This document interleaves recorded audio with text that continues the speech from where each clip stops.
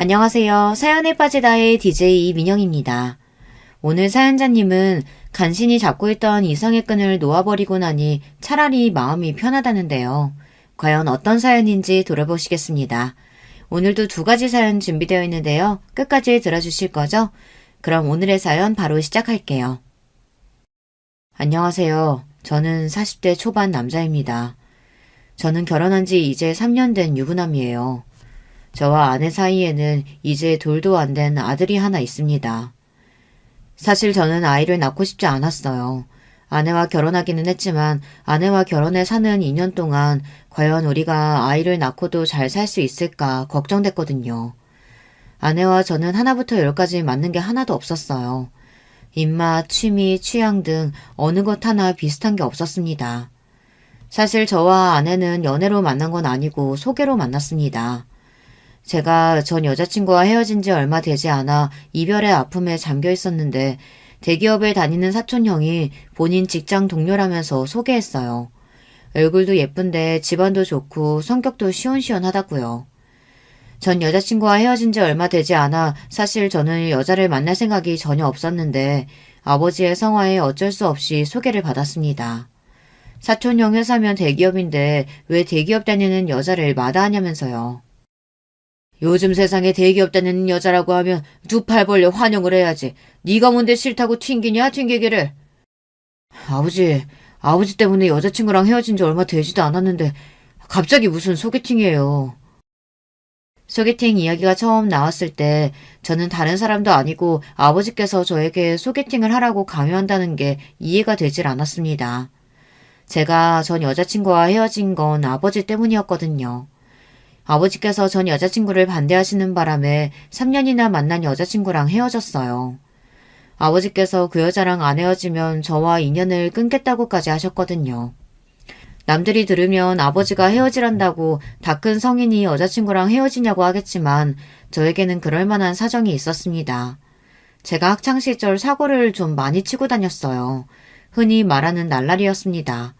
중고등학교 때는 담배를 피우다 선생님에게 걸려서 아버지께서 학교에 불려오시기도 하고 고등학교 때는 애들이랑 싸우고 다녀서 정화까지 맞을 뻔한 적도 있었어요. 그럴 때마다 아버지께서 학교에 불러와서 선생님과 상대방 학생 부모님에게 허리 숙여 사과를 하고 그랬어요. 사춘기 시절에 아버지 마음고생을 많이 시킨 저는 고3이 돼서야 정신을 차렸습니다. 제가 학창시절 그토록 반항했던 이유는 바로 부모님 때문이었어요. 중학교에 들어가기 직전 어머니와 아버지께서 이혼하셨어요. 그런데 아버지는 저에게 어머니와 이혼한 이유조차 설명해주지 않으시고 어머니를 집에서 내쫓으셨습니다. 저는 엄마가 그리울 때마다 아버지를 원망했습니다. 그 일로 아버지와 사이가 벌어져 중고등학교 시절 내내 아버지에게 반항했습니다. 그런데 고3 여름방학 때 아버지께서 장기간 출장을 가시면서 저를 근처에 사시던 할머니와 고모에게 부탁하셨어요. 밥이라도 좀 챙겨주라고요. 저는 고모고 할머니고 다 귀찮아서 집에서 일절 밥을 먹지 않았습니다. 그냥 밤 늦게까지 밖에서 놀다가 밥은 대충 때우고 집에 들어갔어요. 그런데 우리 집에 반찬을 주러 오셨던 할머니와 고모와 주방에서 딱 마주쳤습니다. 고모는 저를 보자마자 지금이 몇 시인데 학생이 이제 집에 들어오냐고 화를 내셨어요. 저는 듣기 싫어서 고모를 무시하고 집 안으로 들어가려는데 할머니께서 제 손을 잡으시며 손에 꼬깃꼬깃한 10,000원짜리를 쥐어줬습니다. 저는 귀찮아서 됐다고 돈을 바닥에 던졌어요. 그러자 화가 난 고모가 제 뒷덜미를 잡았습니다. 그러더니 저에게 버럭 화를 냈습니다. 이 싸가지 없는 자식아! 할머니가 주는 돈을 누가 바닥에 던져? 너는 도대체 언제 철들래? 네 아버지가 혼자 너 키우느라 저렇게 매일 고생하고 다니는데 너는 아버지가 불쌍하지도 않니? 아버지께서는 평생 조경일만 하셨어요. 일이 많을 때는 섬에 몇 달씩 들어가서 일을 하다가 오시기도 하셨죠. 그런데 일이 얼마나 힘든지 몇 달 만에 집에 들어오시면 살이 3, 4kg씩은 빠져있다고 했습니다. 고모가 아버지를 걱정하는 거야 이해가 됐지만 저는 한참 아버지를 원망하고 있을 때라 그런 소리가 다 듣고 싶지 않았어요. 그러게 누가 혼자 키우라고 그랬나? 나 키우는 거 힘들면 그냥 엄마한테 보내라고 그래요. 나는 엄마랑 사는 게 더 좋으니까. 그 순간 놀라운 일이 벌어졌어요. 할머니께서 갑자기 눈물을 쏟으며 흐느끼셨습니다. 그 모습에 화가 난 고모가 제 등을 찰싹 때렸습니다. 그러고는 생각지도 못한 말을 하셨어요. 네 아빠가 너한테는 하도 이야기하지 말라고 해서 나도 웬만하면 비밀 지켜주려고 했는데 도저히 안 되겠다. 네 엄마 남자랑 바람나서 집 나간 거야. 네 아빠가 내쫓은 거 아니라고. 저는 순간 고모가 거짓말을 한다고 생각했어요. 그래서 고모한테 거짓말 말라고 소리쳤습니다. 나도 거짓말이었으면 좋겠다. 네 엄마 내가 말을 안 해서 그렇지? 원래 꼬리가 100개 달린 불려우야. 미용실 하면서 얼마나 이 남자 저 남자 다 껄떡거리고 다녔는지 이 동네 사람들은 다 알아. 그렇게 여우짓 하고 다니더니만 결국은 유부남이랑 눈 맞아서 집까지 나간 거라고. 아버지가 항상 외지에 나가 일을 하다 보니 엄마는 혼자 미용실을 운영하시면서 저를 키웠어요. 그러다 보니 동네 사람들이 괜한 말을 만들었을 수도 있겠다 싶었죠. 저는 고모의 말을 끝까지 믿고 싶지 않았습니다. 그런데 고모가 저에게 못 믿겠으면 과수원 수키 아줌마한테 물어보라더군요. 어머니가 바람 피운 상대가 수키 아줌마 남동생이래요. 서울에서 내려온 남자였는데 인물이 아주 좋았답니다. 매일 그 남자가 미용실에 드나들더니만 결국은 둘이 눈이 맞아 도망간 거라고요. 저는 순간 고모 말에 너무 놀라 어안이 벙벙했습니다. 그러고는 아직도 흐느끼고 있는 할머니에게 물었어요. 고모 말이 사실이냐고요. 그러자 할머니도 천천히 고개를 끄덕이시더군요. 저는 정말로 몰랐어요. 엄마가 그런 여자였는지요. 그러니까 네 아빠 불쌍한 줄 알고 정신 똑바로 차리고 살아. 너라도 멀쩡하게 살아야 네 아빠도 마음 편하게 살지. 그제야 왜 아버지가 저에게 어머니를 쫓아냈다고 했는지 조금 알겠더군요. 아버지는 아들인 제가 바람난 어머니에게 버림받았다고 생각하며 어머니를 원망하며 살게 하고 싶지는 않으셨던 것 같아요. 차라리 아버지를 원망하며 사는 게 낫다 싶으셨나 봅니다. 그날 밤 저는 할머니가 만들어주신 반찬에 밥을 먹으며 혼자 펑펑 울었습니다. 아버지에게 너무 죄송해서요.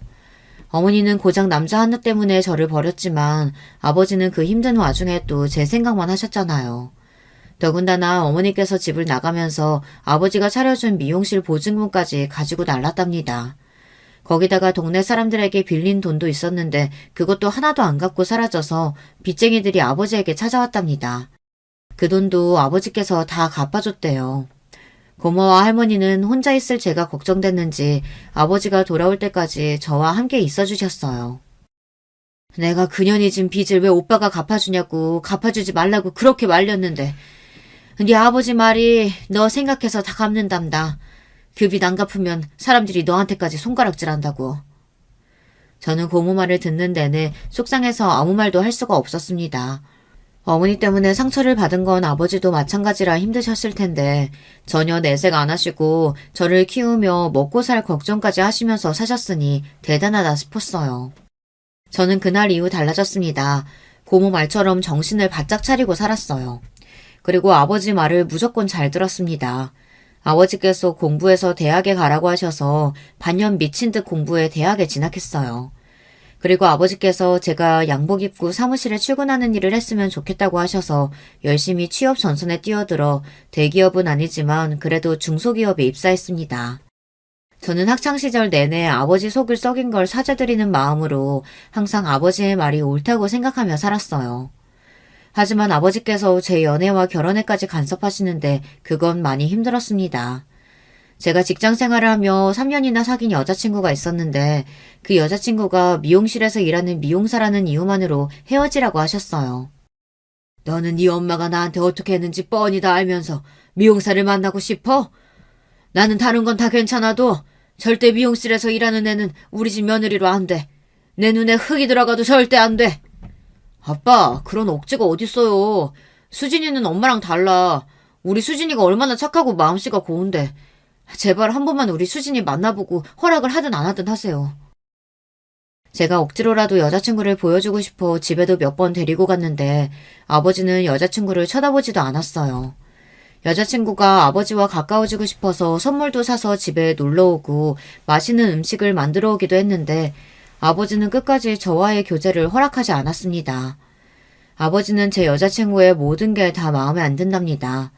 제 여자친구가 한부모 가정에서 자란 것도 싫고 예쁘고 싹싹한 것까지 다 싫답니다. 여자가 인물 좋고 싹싹해봐야 나가서 딴짓이나 하고 다니지. 결혼할 여자는 무조건 똑똑하고 집안도 좋고 겉과 속이 같은 애여야 해. 집안이 탄탄한 집에서 자라야 가정교육 잘 받아서 허튼 짓을 안 하지. 예전에는 몰랐는데 아무래도 어머니에게 받은 상처가 아버지에게는 아직 남아있는지 아버지는 여자에 대한 트라우마가 있는 것 같았어요. 어머니께서 어릴 때 부모에게 버려져서 고아로 자랐거든요. 아버지는 툭하면 어머니가 부모 없이 자라 가정교육을 제대로 못 받아 그렇게 시주 없이 산 거라고 했습니다. 그리고 아버지께서 저에게 귀에 못이 박히게 하신 말씀이 있어요. 남자가 여자에게 당하지 않으려면 마음에 현혹되면 안 되고 똑똑하고 집안 좋은 여자를 만나야 한다고 했어요. 저는 결국 3년이나 만난 여자친구와 헤어져야 했습니다. 저는 결혼하지 못하더라도 여자친구와 헤어지고 싶지는 않았지만 더 만남을 이어갈 수가 없었어요. 저는 아버지 모르게라도 여자친구를 더 만나고 싶다고 했지만 여자친구가 더는 저와 못 만나겠다고 했어요.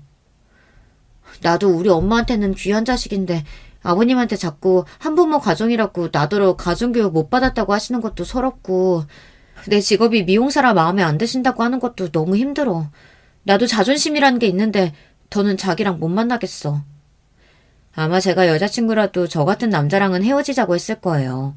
제가 대단히 잘났거나 우리 집안이 대단하지도 않은데 말도 안 되는 소리를 하며 교제 자체를 반대하니 자존심이 상하는 게 당연하겠죠. 할 수 없이 저는 여자친구를 보내줘야 했습니다. 아버지는 저와 여자친구를 헤어지게 한 장본인이면서 저에게 소개팅하라고 강요하신 거예요. 대기업 다니는 사촌 형이 소개했으면 무조건 믿을 만한 사람이라고 잘해보라고 하셨죠. 그런데 저도 저인 게 속으로는 분명 소개팅이 내키지 않으면서 아버지가 시키시니 도저히 끝까지 거절할 수가 없었어요. 저는 지금까지도 믿기지 않지만 그 당시에 사촌형이 소개한 여자와 소개팅을 하고 결혼까지 했습니다.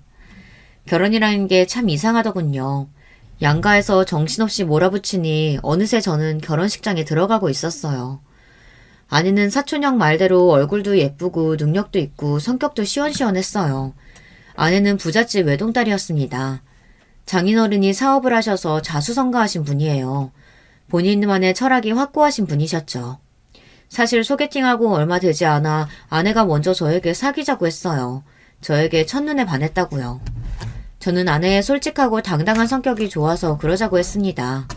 그런데 아내는 사귀자마자 곧바로 자기 부모님께 저를 소개했습니다. 장인 장모님께서 제가 마음에 들지 않는다는 티를 팍팍 내셨거든요. 사실 그럴 만도 했죠. 아내는 어릴 때부터 경제적으로 유복하게 자랐고 직장도 대기업에 다니고 있었으니까요. 반면에 저는 집안도 보통인데다가 대학도 전문대고 직장도 아내보다 작은 회사에 다니고 있었으니 내세울 만한 게 없기는 했습니다. 사실 자네 조건만 들었을 때는 영 마음에 안 들어서 소개 안 받는다 그랬네. 근데 어쩌겠나. 하나뿐인 내 딸이 자네 아니면 결혼을 안 한다는데. 아무리 촌 출신이라고 해도 그렇지. 이왕 서울에 올라온 거 공부 좀 더 해서 4년제라도 나왔으면 좀 좋아. 그래야 너희 아빠 회사에라도 낙하산으로 넣어주지. 저는 마치 드라마 속에 들어와 있는 것 같았습니다. 재벌집 사위 면접이라도 보는 줄 알았어요. 그리고 그 순간 전 여자친구의 마음이 단번에 이해가 됐습니다. 전 여자친구가 우리 아버지를 만날 때마다 얼마나 힘들었을지를 생각하니 다시 또 미안하고 마음이 좋지 않았어요. 제가 많이 부족하지만 그래도 조금만 너그러운 마음으로 지켜봐 주시면 앞으로 더 믿음직한 모습 보여드리겠습니다. 저는 애써 좋은 말로 포장해서 제 자존심을 지켰습니다. 그리고 바로 반년 뒤에 결혼했어요. 이런 말하면 아내는 당연히 서운하겠지만 당시에 저는 아내가 아니었어도 결혼했을 거예요. 이미 제가 좋아하던 여자친구와는 헤어진 상태였으니 누구라도 상관없었어요. 더군다나 아버지가 나이가 찼으니 좋은 여자 있을 때 빨리 결혼하라고 하셨거든요. 저는 어쩌면 차라리 잘 됐는지도 모르겠다 생각했습니다. 아버지께서 마음에 들어 하시는 여자와 결혼해 살면 평생 아버지와 싸울 일은 없겠다 싶었거든요. 그런데 살다 보니 제가 얼마나 바보 같은 결정을 한 건지 뼈저리게 느꼈습니다. 조건이 좋고 타이밍이 맞는다고 해서 결혼 생활이 행복한 건 아니더라고요.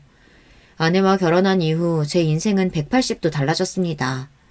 아내는 제 모든 게 좋다며 결혼하자고 조르더니 막상 결혼하고 나서는 저를 둘러싼 모든 걸 다 싫어하기 시작했어요. 한 번은 이런 적이 있었습니다. 제가 회사에 일이 많아서 야근을 자주 했어요. 저는 아내도 일하는 사람이니 당연히 야근이나 회식 같은 건 이해해 줄 줄 알았습니다. 그런데 아내는 말도 안 되는 거를 가지고 꼬투리를 잡고 사람을 피곤하게 했어요. 거기다가 제가 본인이 다니는 회사보다 작은 회사에 다닌다고 대놓고 무시했습니다. 코딱지만한 회사가 월급도 쥐꼬리만큼 주면서 사람을 왜 그렇게 부려대는 건데? 회식할 돈 있으면 월급이나 올려주지. 쓸데없이 왜 자꾸 술은 먹여. 이래서 우리나라에서 무조건 대기업에 다녀야 되는 거라니까. 처음엔 저도 그러려니 했어요. 원래 아내가 말을 거침없이 하기도 하고 아내도 제가 힘들어 보이니 걱정돼서 하는 농담이라고 생각했거든요. 그런데 시간이 지날수록 아내가 저를 무시한다는 게 느껴졌습니다. 한 번은 장인어른 칠순 때였는데 하필이면 그때 제가 회사에서 중요한 프로젝트를 맡게 돼서 지방에 출장 갈 일이 있었어요. 저는 회사 일이니 어쩔 수 없이 장인어른 칠순에는 못 갈 것 같다고 말했습니다. 저도 당연히 아내와 장인어른에게 죄송했죠. 그래서 출장 가기 전에 미리 들려 식사 대접도 하고 선물도 할 생각이었습니다. 그런데 아내는 말도 안 되는 소리를 했어요. 자기, 그냥 회사 그만두면 안 돼? 대단한 회사도 아닌데 가족 행사도 참석 못하게 하는 회사를 뭐하러 다녀? 저는 순간 제 두 귀를 의심했습니다. 정말 아내가 진심으로 하는 말이 맞나 싶어서요. 저는 당연히 농담으로 하는 말이겠거니 하고 넘겼습니다. 그런데 아내의 말은 농담이 아니더군요. 제가 출장 가기 전에 장인어른께서 좋아하시는 술이랑 용돈을 챙겨 처가에 갔습니다. 그런데 장인어른도 아내와 똑같은 소리를 하셨어요. 자네는 구멍가게 같은 그런 회사를 꼭 다녀야겠나? 내가 자네 자존심 상할까봐 지금까지 말은 안 했는데 내 친구들 사위 중에 중소기업 다니는 사위는 자네밖에 없어. 내가 마음 같아서는 내 회사에 자리라도 하나 만들어주고 싶은데 자네가 내세울 만한 게 뭐가 있어야지 말이야. 괜히 자네 회사를 불러들였다가 직원들 사이에서 낙하산이 내 몸에 말이라도 나오면 나만 곤란해지네. 그러니까 할 수 없이 지켜보는 거지. 저는 아내와 장인어른이 저를 놀리려고 일부러 짠 줄 알았어요. 장인어른은 기다렸다는 듯 저에 대한 불만을 쏟아내셨습니다. 저는 뭐라고 대답할지 몰라 당황스러웠습니다. 저는 아내에게 도와달라는 듯 눈빛을 보냈어요. 그런데 아내는 당황한 제 얼굴을 보고도 모르는 척 자기 할 말만 했습니다. 아빠, 직원들이 뭐라고 하든 말든 자리 하나 만들어주면 안 돼? 이 사람 매일 몇 푼도 되지 않는 돈 벌겠다고 회사 눈치 보면서 다니는 거 나 도저히 못 봐주겠어. 제가 없는 자리도 아니고 버젓이 제가 있는데 아내는 할 말 못할 말 구분하지도 못하고 혼자 떠들었습니다. 저는 장인 장모님도 계신 자리니 꾹 참고 있었어요. 그런데 결국은 표정 관리가 되지 않아 아내에게 슬쩍 그만하라고 언지를 줬습니다. 그러자 아내가 제가 그만하라고 했다고 또 꼬투리를 잡고 늘어지더군요. 당신도 이제 자존심 좀 그만 부려. 당신은 아빠 말 듣고도 느끼는 게 없어? 당신도 조금 있으면 마흔인데 언제까지 그 코딱지만한 회사에서 대리달고 있을 거야. 나도 친구들한테 말하기 창피하단 말이야. 저는 분명 장인어른 실순에 참석하지 못하는 게 죄송해서 미리 축하해드리고 싶은 마음에 간 거였습니다. 그런데 장인어른과 아내는 저에게 싫은 소리를 하려고 미리부터 준비하고 있었던 것 같더라고요. 이번 내 생일이 그냥 생일도 아니고 칠순이네. 회사 직원들에다가 내 친구들까지 다 오는 자리인데 하나뿐인 사위가 빠지면 되겠나? 자네가 빠지면 내 지인들이 뭐라고 하겠어? 아유, 생각만 해도 끔찍하네. 암튼 무슨 수를 써서든 그날은 꼭 오게. 자네 빠지면 나 정말 서운해할 거야. 저는 할 말이 없어 꿀먹은 벙어리 마냥 한마디도 못한 채 집에 돌아왔습니다. 그날 저녁 결혼하고 처음으로 아내와 대판 싸웠어요. 저는 장인어른 칠순날 어떻게 해야 하나 고민하느라 정신이 없었는데 아내는 저더러 장인어른 이야기하시는데 대답을 안 했다고 화를 내더라고요. 그냥 출장 안 가고 칠순날 온다고 하면 되지. 당신은 그게 뭐가 어렵다고 말을 하네?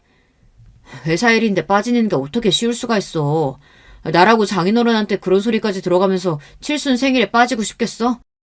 그럼 그냥 다른 사람 보내고 안 가면 되지. 무슨 걱정이야.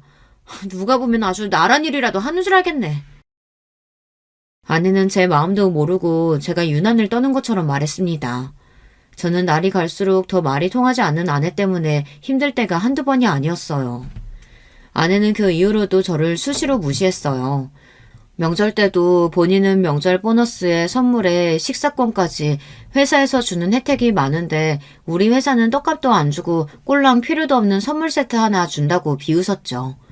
그리고 하는 말이 더 기가 막힌 게 이런 건 우리 아버님이나 가져다 주라고 했어요. 아버님 돈 아깝다고 샴푸랑 치약도 아껴 쓰시는데 이거 갖다 드리면 엄청 좋아하시겠네. 아내는 아무 생각 없이 하는 말이겠지만 듣다 보면 은근 기분이 상했어요. 저도 아내가 하는 행동마다 일일이 지적하다 보면 항상 싸우게 되니 웬만한 건 참고 넘어갔습니다. 그런데 바보 같은 저에게도 절대 참을 수 없는 게 있었어요. 아버지가 계신 앞에서 저를 무시하거나 아버지를 만만하게 대하는 건 절대 그냥 넘어갈 수 없었죠. 그날은 장인어른 칠순날이었습니다. 저는 결국 출장을 다른 직원에게 부탁하고 장인어른 칠순에 갔습니다. 저희 아버지께서 장인어른 칠순에 오겠다고 하셔서 도무지 제가 빠질 수가 없었어요. 물론 장인어른이 몇 번씩이나 본인 칠순에 올 거냐고 확인 전화를 하기도 하셔서 제가 모르는 척 하고 있을 수가 없었죠. 그런데 그냥 빠질 걸 그랬습니다. 저는 처가 사람들과 아내의 행동에 기분이 상해서 몇 번이나 자리를 박차고 나올 뻔했어요. 시작은 사소한 질문에서 시작됐습니다. 장인어른 지인분이 저와 아내를 보고 결혼한 지 꽤 됐는데 왜 아직 아이를 갖지 않냐고 물었습니다. 저를 닮은 아들이면 잘생겨서 좋을 것 같다고요. 그러자 장인어른께서 나서서 굳이 하지 않아도 될 말을 하셨어요. 남자가 인물만 좋으면 뭐래? 우리 사위 닮으면 애가 머리도 영 나쁘고 변변치 않아서 뒤치다꺼리 하느라 내 딸만 고생할 텐데. 닮으려면 무조건 우리 집안을 닮아야지. 저희 아버지까지 계신 자리에서 집안까지 운운하며 이야기하시니 저는 절로 얼굴이 붉어졌습니다. 도저히 아버지 얼굴을 볼 낯이 없었어요. 그런데 아버지께서 그 말에 맞장구까지 치시더군요. 손주든 손녀든 무조건 우리 며느리 닮아야 하죠. 그래야 얼굴도 예쁘고 똑똑하고 얼마나 좋겠어요. 아버지 마음을 모를 리 없는 저는 속상해서 한숨이 절로 나왔습니다. 장인어른 칠순이 끝나고 바로 부산에 내려가신다는 아버지를 배웅하는데 저는 내내 마음이 좋지 않아 아버지에게 괜히 죄송하다고 했습니다. 그러자 아버지는 제 마음을 다 아신다는 듯 제 손을 잡았습니다.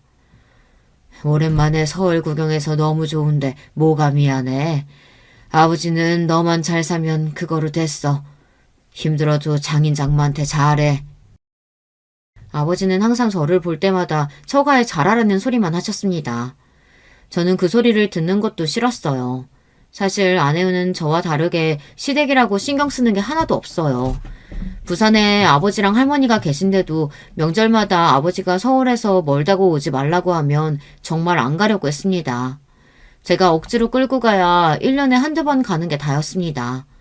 더군다나 한 번은 아내가 친구랑 통화하는 소리를 들었는데 그 내용이 기가 막히더라고요. 아, 너 명절 때마다 시댁 가느라 너무 힘들겠다. 난 우리 시어머니가 진작 바람나서 도망가는 바람에 시어머니가 안 계시잖아. 시아버지도 내 눈치 보느라 오라고도 안 하니까 너무 좋아. 아내도 별 생각 없이 친구랑 하는 이야기겠지만 저는 슬슬 아내의 그 생각 없이 하는 말에 지쳐갔습니다. 30도 훌쩍 넘은 여자가 어쩜 저렇게 생각 없이 말을 하는지 모르겠어요. 그러던 중 믿을 수 없는 일이 벌어졌습니다. 저희 아버지께서 갑작스럽게 사고를 당하셨어요. 명절을 얼마 남기지 않고 급하게 끝내야 할 일이 있어서 아버지께서 무리해서 일하시다가 사다리에서 떨어지셨나 보더군요. 머리를 심하게 다쳐서 큰 병원으로 갔는데 바로 수술을 해야 한다고 해서 급하게 머리 수술을 하셨더라고요. 저는 고모에게 연락을 받고 놀라 바로 부산으로 내려갔습니다. 그런데 병원에서 수술 경과가 좋지 않다고 마음의 준비를 하라고 했어요. 저는 가슴이 철렁 내려앉는 것만 같았습니다. 저는 다행히 휴가 기간이라 아버지 곁에 있었어요. 아무래도 아버지께서 상황이 좋지 않으니 저는 아내에게 연락했습니다. 아내도 부산에 내려오는 게 좋을 것 같다고 했어요. 그런데 아내가 대뜸 하는 말이 어처구니가 없었어요. 설마 자기 잊은 거야? 내일 엄마 아빠랑 필리핀 골프 여행 가기로 했잖아. 오늘 저녁에는 올라와야지. 아내는 이 정도로 말귀를 못 알아듣는데 도무지 어떻게 대기업에 들어간 건지 모르겠어요. 우리 아버지 돌아가시게 생겼다는데 지금 여행이 문제야? 원래 병원에서는 다 그렇게 말해. 수술 끝나고 병원에 계시는데 뭐가 걱정이야. 순간 저는 아내가 혹시 사이코패스는 아닐까 진지하게 고민했습니다. 그러지 않고서야 이럴 수가 없어요. 저는 아내와 더는 대화하고 싶지 않아 휴가 동안 병원에 있을 거니까 그렇게 여행 가고 싶으면 너나 가라고 했습니다. 아내는 다음날 장인 장모님과 필리핀으로 골프 여행을 떠났습니다. 그리고 3일 후 아버지께서 돌아가셨어요. 저는 고모와 할머니와 함께 임종을 지키고 장례 절차를 밟았습니다. 그 사이에 할머니께서 2번이나 정신을 잃으시는 바람에 저는 너무 무서웠어요. 아버지께서 돌아가셨다는 게 믿기지도 않는 상황에서 할머니까지 어떻게 될까봐 걱정했습니다. 제가 가장 힘든 시간을 보내는 중 아내는 필리핀에서 즐겁게 보내다가 장래에 2일째가 돼서야 장례식장에 나타났습니다. 갑자기 들어오게 돼서 비행기표가 없어 어쩔 수 없었대요. 게다가 아내가 장례식장에 오자마자 처음으로 한 말이 너무 피곤하다는 말이었습니다. 아, 피곤해. 아버님은 어떻게 돌아가셔도 며느리 오랜만에 여행 갔는데 딱 그때 돌아가시냐? 저는 너무 지쳐서 화낼 일도 없었어요. 아내라면 이제 지긋지긋했습니다. 제발 남은 이틀이라도 입 좀 다물고 있어. 안 그래도 힘든데 당신이 입만 벌리면 정말 돌아버리겠으니까. 어머, 당신 지금 나한테 입 다물라고 한 거야? 당신 이래서 감당되겠어? 나 임신했는데? 아내는 무슨 대단한 서프라이즈라도 하듯 아버지의 장례식장에서 본인 임신 사실을 발표했습니다. 정말 답이 없는 여자였어요. 저는 웃어야 할지 울어야 할지 가늠이 안 됐습니다. 그 정도로 혼란스러웠어요. 사실 저는 아내와의 사이에서 아이를 낳고 싶지 않았습니다. 아내와 언제라도 헤어질 수 있겠다는 생각을 항상 했거든요. 그런데 아버지가 떠나시면서도 저에게 참고 살라고 하고 싶으셨던 건지 선물을 주고 가셨습니다. 저는 지난날은 가슴에 묻고 아내와 아이를 키우며 한 번 더 잘해보자 마음을 굳게 먹었습니다. 아이가 태어나고서는 너무 정신없어서 도저히 딴 생각을 할 여유가 없었어요. 그날도 늦은 밤까지 일하느라 정신이 없었습니다. 그런데 그때가 밤 11시가 넘은 시간인데 갑자기 핸드폰이 울렸습니다. 저는 모르는 번호를 보고 받을까 말까 고민했는데 아무래도 기분이 이상해서 전화를 받았어요. 그런데 전화를 받자마자 들리는 목소리에 저는 놀라 입을 틀어막았습니다. 여보세요. 여기 동부경찰서인데요. 오순호 씨 되시죠? 여기 지금 이금영 할머니가 길을 잃었다고 접수가 돼서 연락드렸어요. 지금 바로 경찰서로 오실 수 있죠? 순간 저는 너무 놀라서 말문이 턱하고 막혔습니다. 서울에서 기차로도 4시간을 넘게 걸리는 시골에 계신 할머니가 이 늦은 시간에 어떻게 서울경찰서에 계신가 해서요. 네? 정말 저희 할머니 맞으세요? 저희 할머니는 부산에 계시는데요.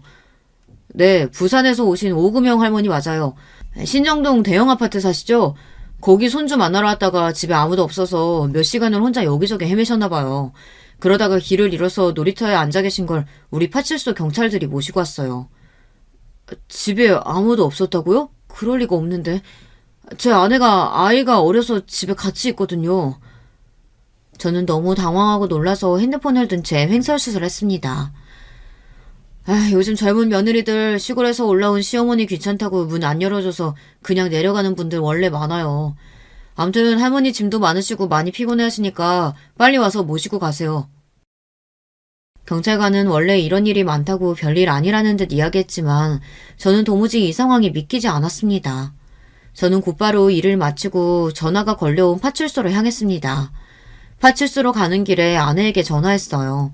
혹시나 하는 마음에 할머니가 집에 왔었다는데 오늘 외출했었느냐고 물었어요. 그러자 아내가 너무 당당하게 하는 말이 기가 막혔습니다. 아니, 내가 나가긴 어딜 나가. 애 보느라 힘들어 죽겠는데. 당신 할머니가 연락도 안 하고 집에 왔길래 귀찮아서 그냥 집에 없는 척했어. 순간 저는 제 2 귀를 의심했습니다. 경찰관 말이 사실이었어요.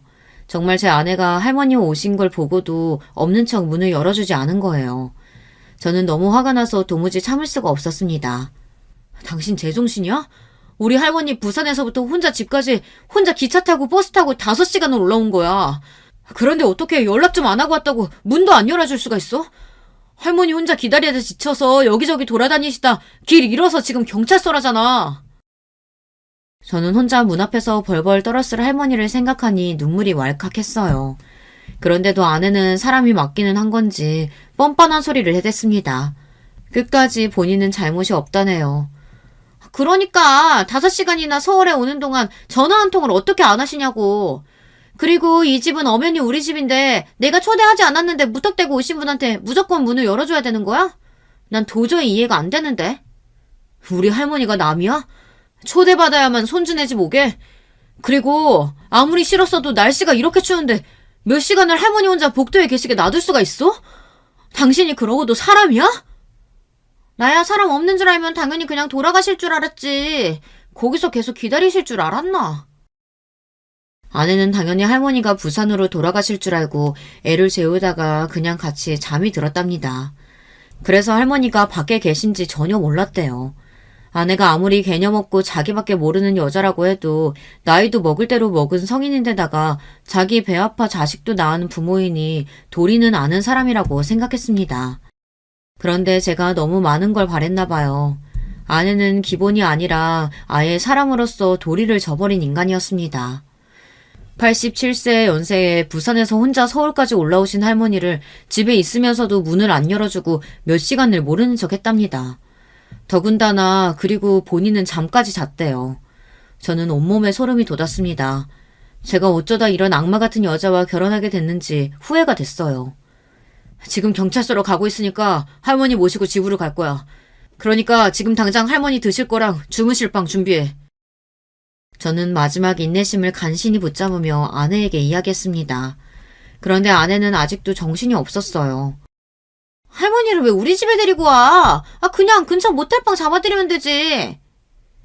순간 간신히 붙잡고 있던 제 이성은 파사사 끊어지고 말았습니다.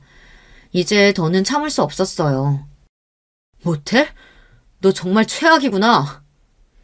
저는 이대로 아내와 계속 이야기하다간 저까지 미쳐버릴 것 같아 전화를 끊어버렸습니다. 저는 경찰서에 도착하자마자 할머니의 상태부터 확인했습니다. 1월 이 추운 날씨에 몇 시간을 헤매고 다니셨으니 감기라도 걸리셨을까 봐서요. 연신 괜찮냐고 묻는 저에게 할머니는 아무렇지 않다고 하시며 웃으셨어요. 그 모습을 보는데 가슴이 아파 할머니를 똑바로 바라볼 수조차 없었습니다. 그리고 얼마 전 새해가 되자마자 시골에 계신 할머니께서 저에게 전화하셨던 게 기억이 났어요. 증손주가 보고 싶다고 언제 올 거냐고 물으셨죠.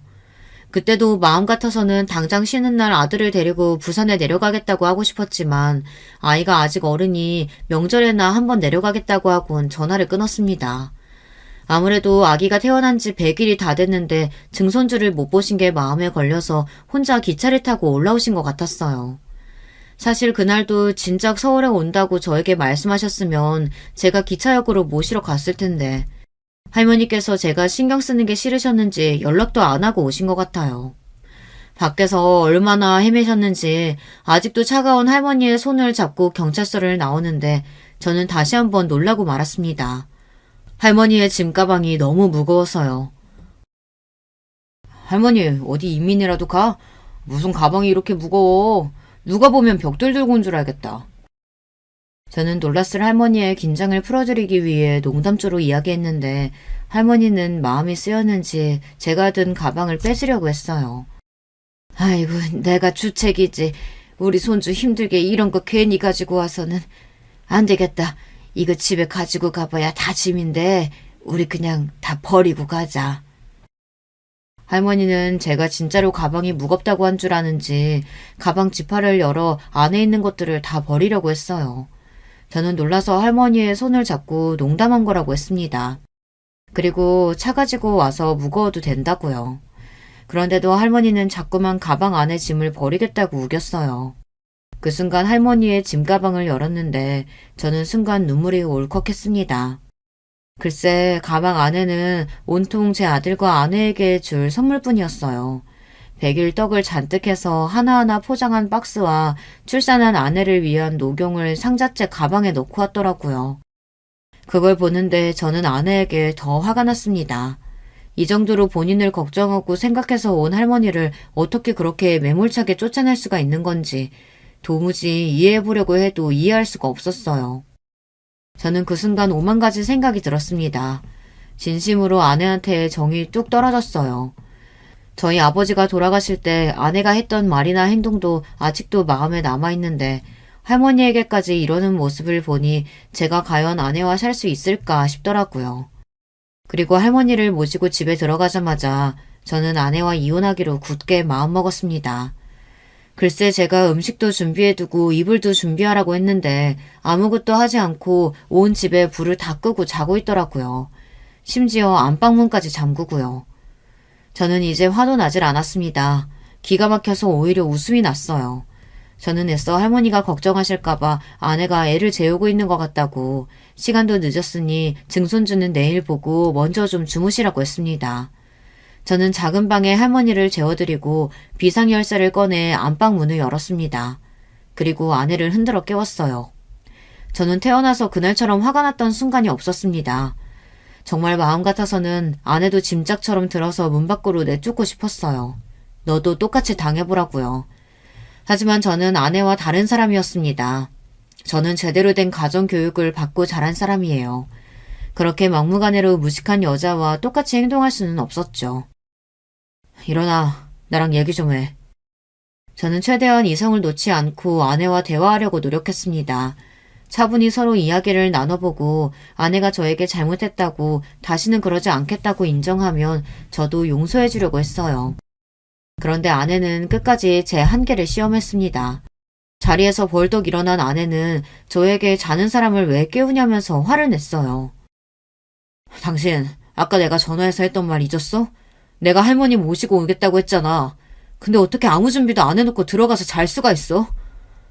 나는 할머니 집에 오는 거 싫다고 했잖아. 내가 시어머니도 아니고 왜 시할머니 시중까지 들어야 되는데. 내일 아침 밝자마자 바로 부산으로 내려가시라고 해. 당신 정말 해도 너무한다. 할머니가 성치도 않은 몸으로 왜 서울까지 올라오셨는데. 증손주는 너무 보고 싶은데 당신이 전화해도 받지도 않으니까 백일떡이랑 당신 녹용 주겠다고 다 바리바리 싸들고 오신 거 아니야. 저는 다시 한번 할머니께서 들고 온 가방 안에 있던 떡과 녹용이 떠오르자 마음이 울컥했습니다. 저는 거실로 나가 할머니가 싸온 떡과 녹용을 아내에게도 보여줬어요. 이 무거운 걸 할머니께서 5시간을 걸려 서울까지 가지고 온 거라고요. 그런데 아내는 전혀 제 뜻을 이해하지 못했어요. 떡이랑 녹용이 뭐라고? 이딴 걸 주겠다고 다 늙은 노인네가 왜 괜히 서울까지 올라와선 집안에 분란을 만들어. 아, 지겨워 정말. 제 말에도 아내는 인상을 구기며 온갖 짜증을 다 부렸습니다. 그 모습을 보는데 순간 저는 간신히 붙들고 있었던 이성의 끈이 끊어지고 말았어요. 그리고 아버지께서 돌아가시기 직전에 제게 했던 말이 순간 떠올랐습니다. 네가 전에 만났던 수진이랑 결혼한다고 했을 때 반대한 게 얼마나 미안한 줄 몰라. 만약 네가 그때 수진이랑 결혼했으면 지금처럼 마음고생하면서 힘들게 살지는 않았을 텐데. 이 못난 아비가 집안만 보고 지금 니처럼 결혼하라고 강요해서 정말 미안하다. 앞으로는 네 못난 아버지 없는 세상에서 네 마음대로 살아라. 아버지는 돌아가시기 직전 지금까지 당신의 생각을 저에게 강요하며 살았다며 미안하다고 사과하셨어요. 그때는 아버지의 말이 무슨 소리인가 싶었는데 이제는 확실히 알았습니다. 아버지의 말씀이 맞았어요. 제가 지금의 아내와 결혼해서 아이까지 낳은 마당에 할 소리는 아니지만 만약 아내와 결혼하지 않았다면 지금보다 훨씬 더 행복하게 살았을 거예요. 아내와의 결혼 생활은 하루도 마음 편할 날이 없었거든요. 저는 머릿속으로는 많은 생각이 들었지만 이미 시간이 늦었으니 아내에게 들어가 자라고 했습니다.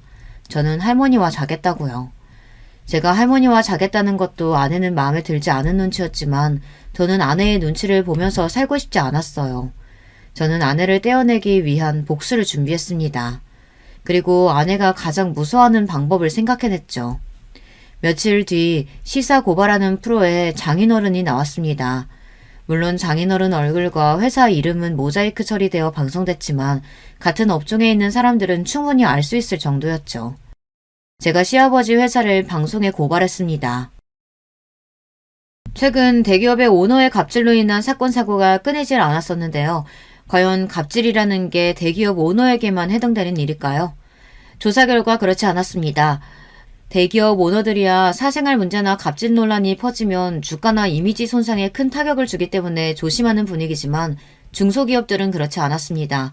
아직도 회사 내에 갑질이나 불평등 계약이 존재하고 있었습니다. 저는 방송에 제보할 때 장인어른의 회사를 꼭 중소기업이라고 명시해달라고 했습니다. 장인어른이 운영하시는 회사가 결코 작은 구멍가게는 아니지만 그렇다고 대기업도 아니에요. 제가 근무하는 회사와 규모가 크게 차이나지 않았습니다. 오히려 업계에서는 제가 근무하는 회사가 더 위상이 높아요.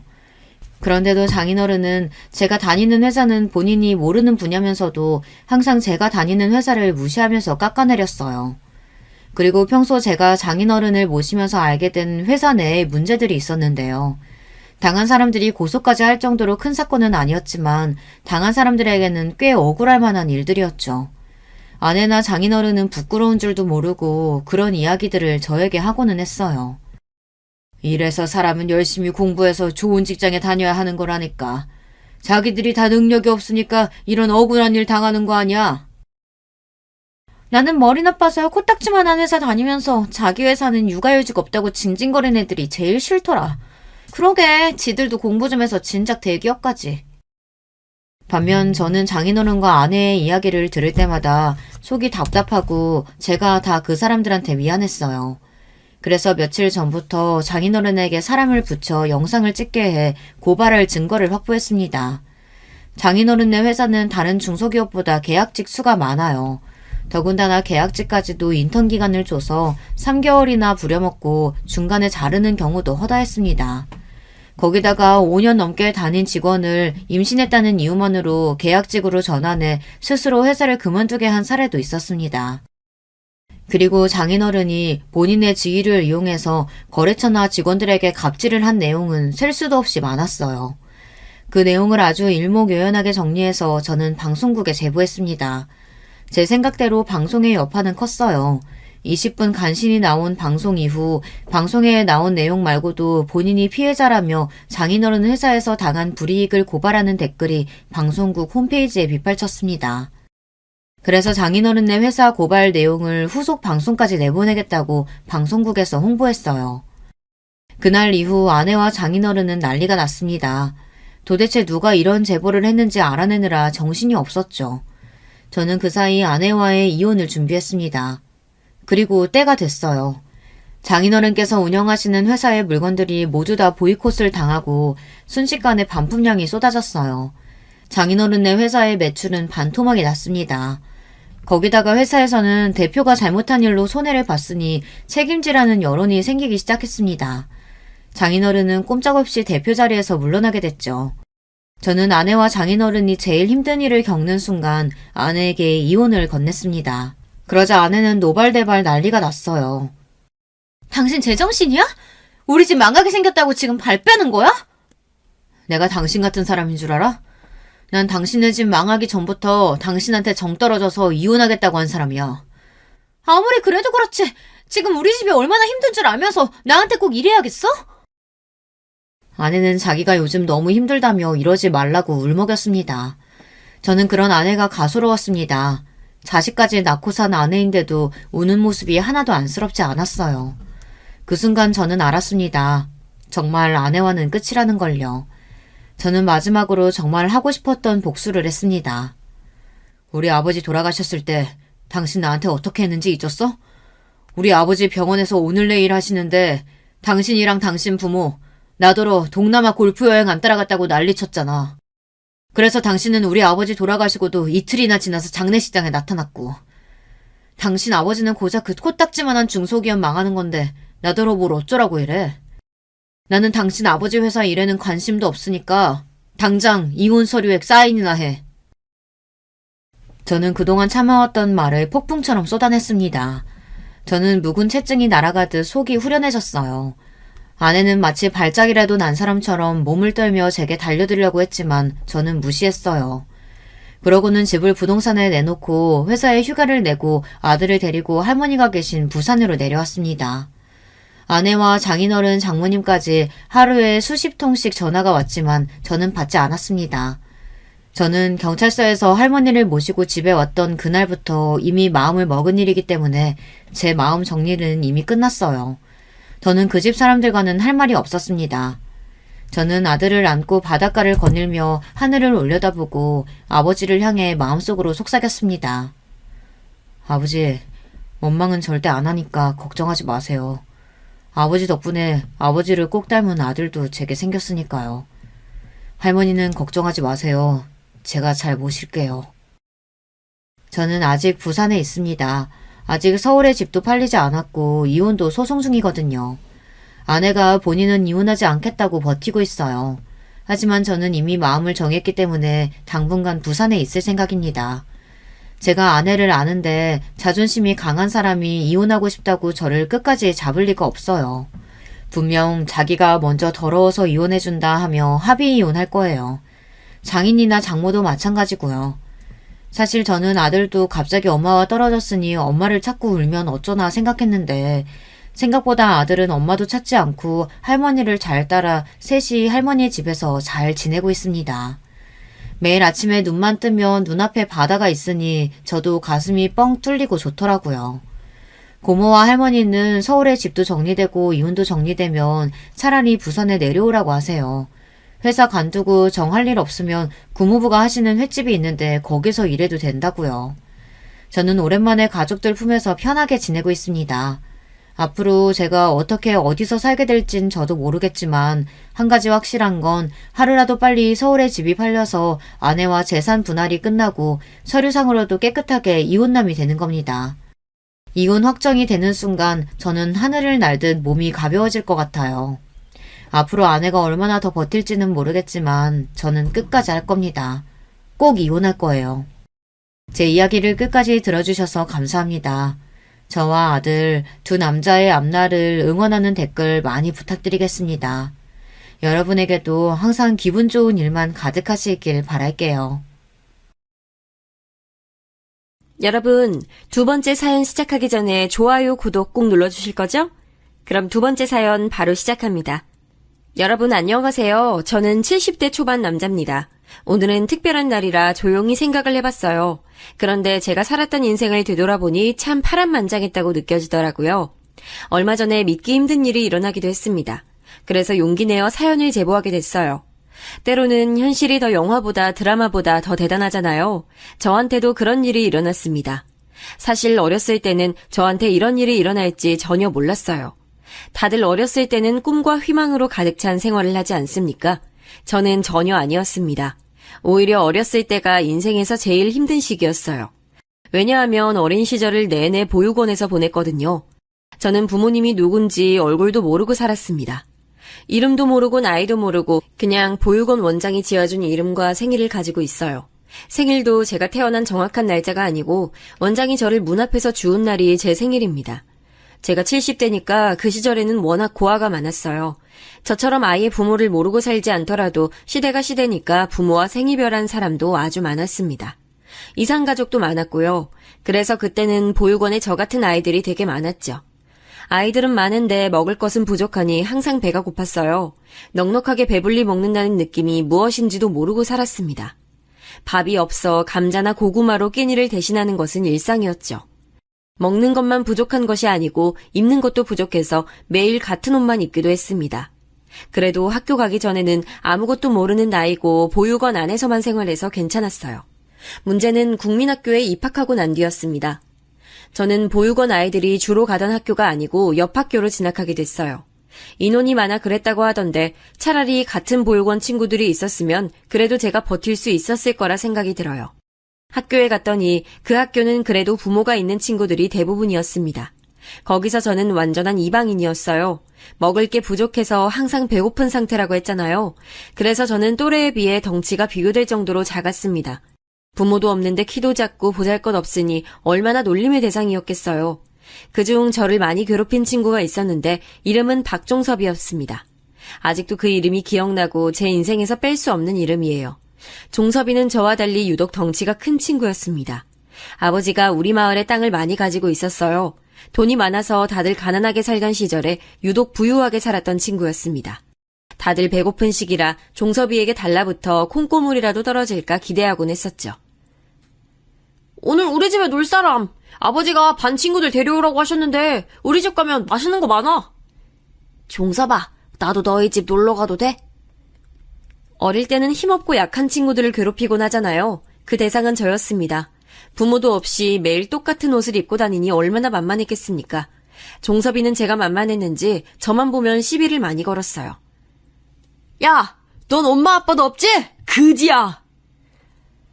원래 성격 자체가 낯가리고 조용한 편이고 또 보육원에서 자라면서 눈치를 많이 봐서 저는 어릴 때는 매우 소심한 성격이었습니다.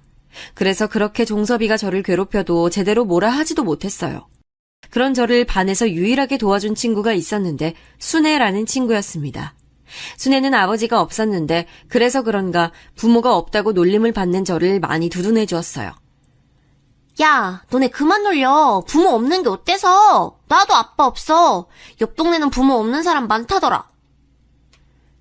아무 말도 못하고 고개만 숙이고 있는 저를 순애는 나서서 막아줬어요. 저야 당연히 그런 순애가 고마웠습니다. 당당하게 자기도 아빠가 없다고 소리치던 순애가 오히려 대단해 보였어요. 한 가지 나쁜 점이 있다면 종섭이가 순애를 좋아했다는 점입니다.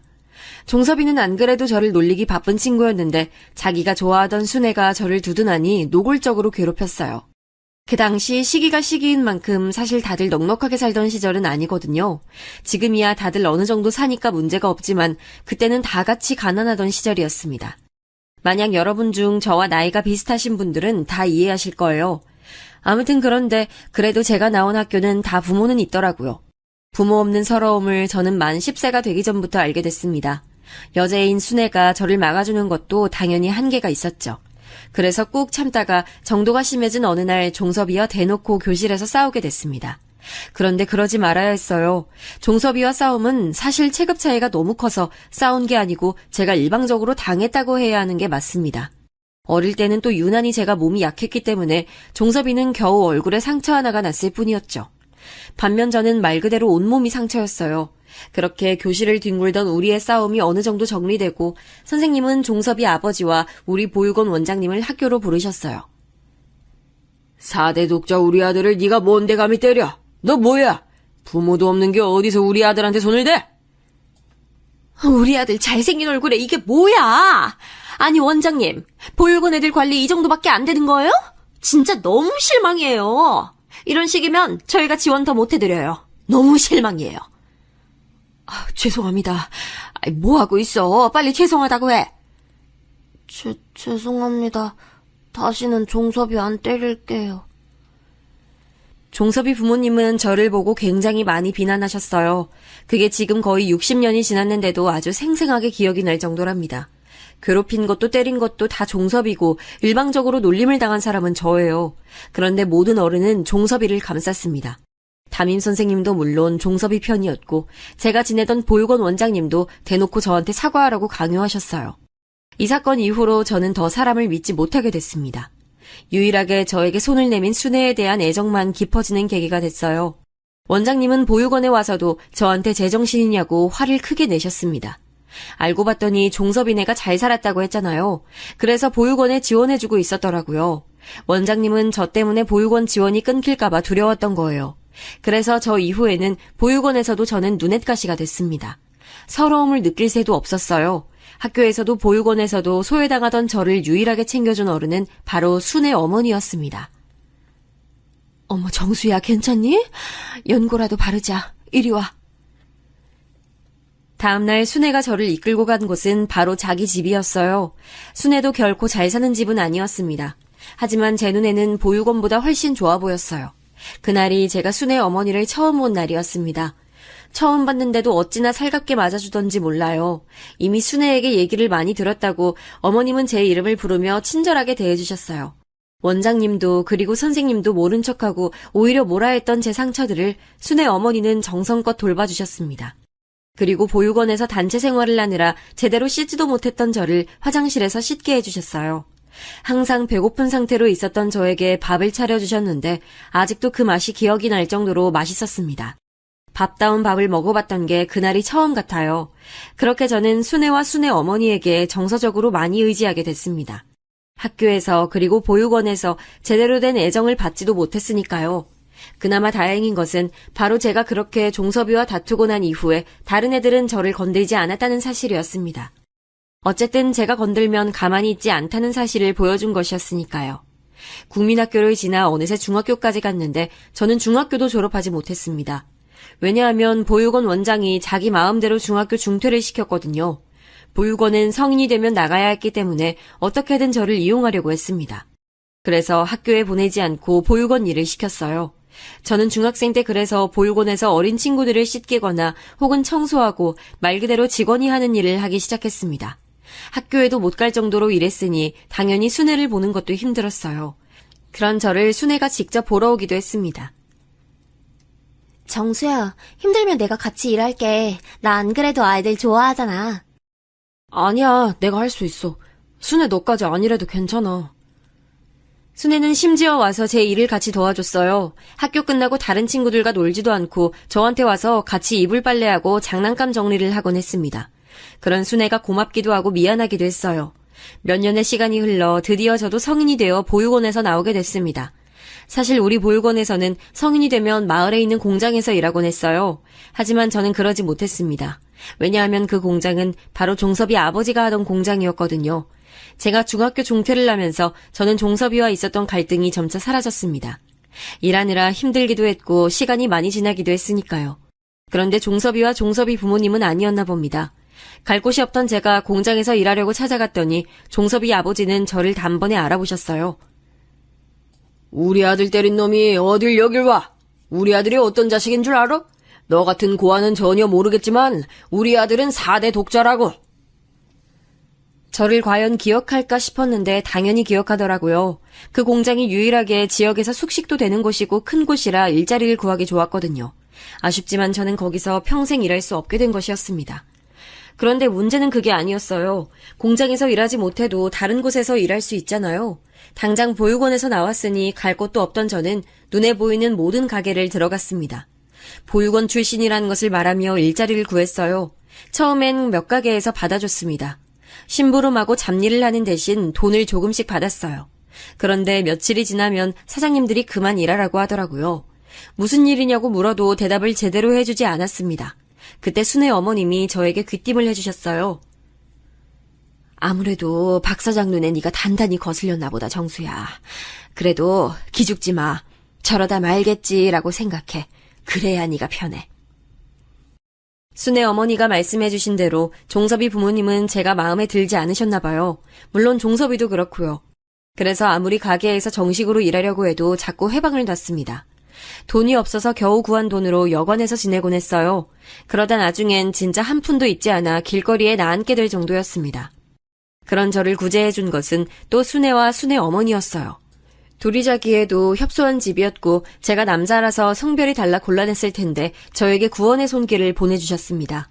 죄송스러운 마음과 고마운 마음을 가지고 현관문 바로 앞에서 잠들었던 기억이 나네요. 정수야, 기죽지 마. 우리 엄마가 부모 없는 건 죄가 아니라고 하셨어. 그리고 언제든지 우리 집에 와서 자도 돼. 고마워. 그리고 그 뒤로는 제가 남자니까 힘이 필요한 곳에 적극적으로 나섰습니다. 순애 집 주변 이웃들 집에 가서 수리하거나 밭일을 돕곤 했죠. 이 집 저 집 돌아다니며 밭일을 했으니 잡을 수가 없었죠. 다행히 보육원에서 눈칫밥을 많이 먹어 넉살 하나는 좋았기 때문에 적극적으로 나설 수가 있었어요. 그러면서 이웃들과 안면도 트고 정도 들곤 했어요. 가게는 종섭이 부모님의 영향력이 미칠 수밖에 없어도 이런 주민들은 아랑곳하지 않았습니다. 일적으로 엮일 일이 없으니까요. 그렇게 저는 하루 벌어 하루 먹곤 살았어요. 순애는 그때 고등학교를 상고를 나왔습니다. 지역에서 꽤 유명한 여자 고등학교였는데 거길 우수한 성적으로 졸업했죠. 그리고 바로 읍내에 있던 은행에 취업했습니다. 워낙 예쁘고 성격도 싹싹해서 주민들이 많이 좋아했어요. 특히 순애가 아버지 없이 엄마랑만 살았잖아요. 그래서 유독 아주머니들에게 잘했어요. 어머니가 생각난다고 더 친근하게 대하곤 했습니다. 그러니 당연히 주민들은 순애를 많이 예뻐했어요. 저는 일거리가 없으면 순애 집에서 집안일을 하곤 했습니다. 얹혀 사니까 그게 당연하다고 생각했죠. 굉장히 자연스럽게 어느새 저는 순애 집에서 같이 생활하고 있었거든요. 순애 어머니도 저를 아들로 생각하는 모양이었습니다. 이웃들도 정식으로 순애와 제가 결혼식을 올리지도 않았는데 이미 저를 순애 남편으로 생각했죠. 마누라는 어디 두고 혼자 장모님 모시고 왔어? 아유, 어르신, 저희 결혼 안 했어요. 아직 안 한 거지. 결국은 하겠다는 거네. 아유, 웃겨. 사위 하나 잘 뒀네. 하도 순애와 제가 붙어 다니고 어머니를 모시고 병원에도 다니고 하니까 주민들도 우리를 부부라고 생각했습니다. 연민과 동정으로 시작된 관계가 어느새 의지의 대상이 됐던 거죠. 이런 우리를 아니 곱게 본 사람은 유일하게 종섭이와 종섭이 부모님이었습니다. 특히 종섭이가 어릴 때부터 순애를 좋아한다는 사실은 순애도 저도 다 알고 있었거든요. 어린 마음에 저를 유난히 많이 괴롭혔던 이유도 제가 보육원 출신이라는 것과 더불어 순애가 유독 저를 감쌌기 때문이었죠. 종섭이는 성인이 되고 계속 마을에 떠나지 않고 있었어요. 야, 니네 보기 좋다. 좋냐? 가난한 애들끼리 붙어 다니니까 좋아? 짝도 없이 혼자 사는 너보단 낫지 않겠니? 그리고 전 그런 종섭이를 무시했고요. 저는 내심 대학을 가거나 서울로 상경하길 바랐는데 전혀 그러지 않더라고요. 대신 마을에 남아 은행을 제 집 드나들듯 드나들었습니다. 공장 일로 왔다며 은행에 가면 은행장이 버선발로 마중 나왔거든요. 그런데 순애는 그렇게 종섭이가 자기를 보러 와도 눈길 하나 주지 않았습니다. 물론 사무적으로 반드시 해야 할 일은 했어요. 다만 사적으로 종섭이가 말을 걸면 아예 대답도 하지 않았죠. 심지어 종섭이는 무슨 자신감인지 순애에게 사귀자고 고백까지 했습니다. 당연히 순애는 거절했어요. 순애가 가장 싫어하던 것이 남을 무시하고 깔보는 거였거든요. 그런 짓을 너무나도 많이 했던 종섭이가 눈에 좋게 보일 리가 없었던 거죠. 그런 순애를 종섭이는 자기를 좋게 보일 생각은 전혀 하지 않았어요. 오히려 질투심과 열등감에 휩싸였습니다. 특히 고백하고 차인 후로는 더 심해졌죠. 아니, 은행장님, 직원교육 이런 식으로 시킬 거예요? 나 이러면 이 은행 안 와요. 아유, 죄송합니다. 아유, 순애 씨 왜 이래? 빨리 사과드려. 저는 일이 없을 때 은행 밖에서 순애를 종종 기다리곤 했습니다. 제가 밖에 있다는 것을 의식했는지 종섭이는 자기의 영향력을 많이 과시했어요. 저렇게 대놓고 자기 힘을 과시하면 순애가 더 안 좋게 보는데 종섭이는 그걸 모르는 것 같았습니다. 은행에 와서 괜히 시비를 걸고 하니 순애는 날이 갈수록 더 싫어했죠. 이때 가장 슬펐던 것은 바로 제가 할 수 있는 게 없다는 사실이었습니다. 돈도 없고 능력도 없고 잘난 부모도 없었으니까요. 현실을 아무리 부정하려 해도 제가 아무것도 가진 것이 전혀 없다는 것은 진실이었습니다. 그때 이제 저도 깨닫게 됐어요. 이대로는 안 되겠다 싶어서 제대로 일자리를 구해보려고 했습니다. 하지만 앞서 말했듯이 동네에서는 도저히 구할 수가 없었어요. 결국 저는 옆 지역까지 가서 일자리를 구하게 됐습니다. 중학교도 졸업하지 못했으니 제가 할 수 있는 것은 많지 않았어요. 결국 버스를 타고 30분은 가야 있던 동네의 공장에 취업하게 됐습니다. 숙식이 가능하다는 말에 냉큼하겠다고 하고 그렇게 일을 시작했어요. 공장 일은 전혀 쉽지 않았습니다. 텃세도 있었고 일도 힘을 써야 하는 일이 많았죠. 아우, 걸리적거려. 아이, 저리로 가. 왜 여기서 이래? 그런데 버티고 버텼습니다. 어차피 갈 곳도 없었고 현실적으로 돈을 벌어야 했으니까요. 공장에서 일주일에 한 번 쉬는 날이 있었는데 이때는 당연히 순애를 보러 갔습니다. 공장에서 그렇게 3년을 일했습니다. 힘들어도 순애를 보러 가는 날을 기다리며 버텼어요. 돈을 모으고 모은 저는 그렇게 3년 뒤에 그 돈을 들고 정식으로 순애에게 프로포즈했습니다. 순애야, 결혼하자. 그동안 내 인생에서 너 같은 사람은 없었어. 내가 다른 건 몰라도 평생 널 떠나지 않을 자신이 있어. 부자도 아니고 부모도 없지만 행복하게 해줄게. 좋아. 어차피 사람들은 우리가 이미 부부인 줄 알더라. 나도 네가 우리 엄마를 어떻게 챙기는지 아니까 든든하고 의지가 돼. 고마워. 공장에서 며칠 내내 연습했던 말을 내뱉었어요. 순애는 환하게 웃으며 답해줬습니다. 결혼식은 성대하게 올리진 못했어요. 난 그냥 우리끼리 행복하게 사는 게 더 중요해. 형식적인 게 뭐가 중요해? 안 그래? 예식장이 있었는데 순애는 그런 식의 결혼은 하고 싶지 않다고 하더라고요. 그 말은 반은 진실이고 반은 거짓이었습니다. 한 푼이라도 아끼고 싶었던 순애의 마음을 알고 있었죠. 순애 어머니, 장모님도 우리가 결혼한다니까 아주 좋아하셨습니다. 원래 살던 순애의 집에서 제가 모은 돈과 순애가 모은 돈을 합쳐 조금 넓은 곳으로 이사갔어요. 당연히 장모님도 같이 살았습니다. 그리고 저는 그대로 공장에 계속 다녔어요. 옆 동네고 버스로 30분은 가야 했기에 새벽같이 일어나야 했습니다. 그래도 마냥 좋았어요. 정식으로 순애와 가족이 됐다는 사실도 기뻤고 울타리가 생긴 느낌이 들었습니다. 체력적으로 힘들다는 느낌이 들지도 않았어요. 오히려 결혼하고 너무 행복해서 공장 사람들이 얼굴이 폈다고 해줄 정도였습니다. 장모님은 저를 원래도 많이 챙겨주셨는데 결혼하니 아예 아들처럼 대해주셨어요. 아유, 우리 사위 이것도 먹어. 일하느라 고생 많어. 사람은 일단 건강해야 해. 알지? 장모님도 드세요. 저 많이 먹었어요. 순애야, 많이 먹어? 남들은 신혼을 장모님과 보내는데 괜찮냐고 묻기도 했습니다. 제 대답은 그때마다 늘 같았어요. 괜찮은 걸 넘어서 행복했습니다. 부모에 대한 사랑을 전혀 모르고 자랐던 제게 장모님은 아내의 어머니가 아니고 제 어머니나 마찬가지였거든요. 정수야, 사실 내가 그동안 말을 안 했는데 너희 아버지랑 죽은 우리 남편이 아주 친한 친구였어. 그동안 내가 왜 잘해줬는지 궁금했지. 나도 몰랐는데 어쩐지 자꾸 신경이 쓰이더라. 내가 남편 물품 정리하다 사진 한 장을 발견했는데 너희 아버지랑 각자 아이를 데리고 찍은 사진이었어. 자, 여기 봐봐. 너무 똑같이 생겼고 눈 옆에 있는 점까지 똑같아. 친구 부부가 사고로 죽으면서 아이가 보육원에 맡겨졌단 소린 들었는데 그게 너일 줄이야. 장모님, 전혀 몰랐어요. 정말 아예 몰랐어요. 남편 잃고 한동안 마음이 아파 정신을 차릴 수가 없었지. 널 보니까 그래도 우리 순애는 적어도 고생은 안 할 것 같아서 마음이 놓여. 고마워.